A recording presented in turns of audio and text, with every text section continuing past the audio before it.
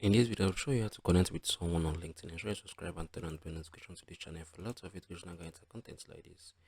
For you to be able to connect to someone on LinkedIn, what you're going to do right now, you're going to click on this, right?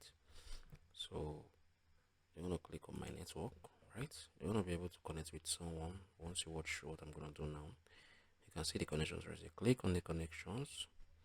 Once you click on the connections, you're going to be connected to a whole lot of niche like entrepreneurs like you, right? So I am basically a YT creator, so you can see I'll be connected to a whole lot of other YT creators right here. So if I want to connect with what I'm going to do now, means I want to connect with about Rosemary. I'm going to click on this connect, right? I just sent my connection request, and if she accepts my invitation or my request, we are going to be connected, right? So you can see she's based in Lagos, right?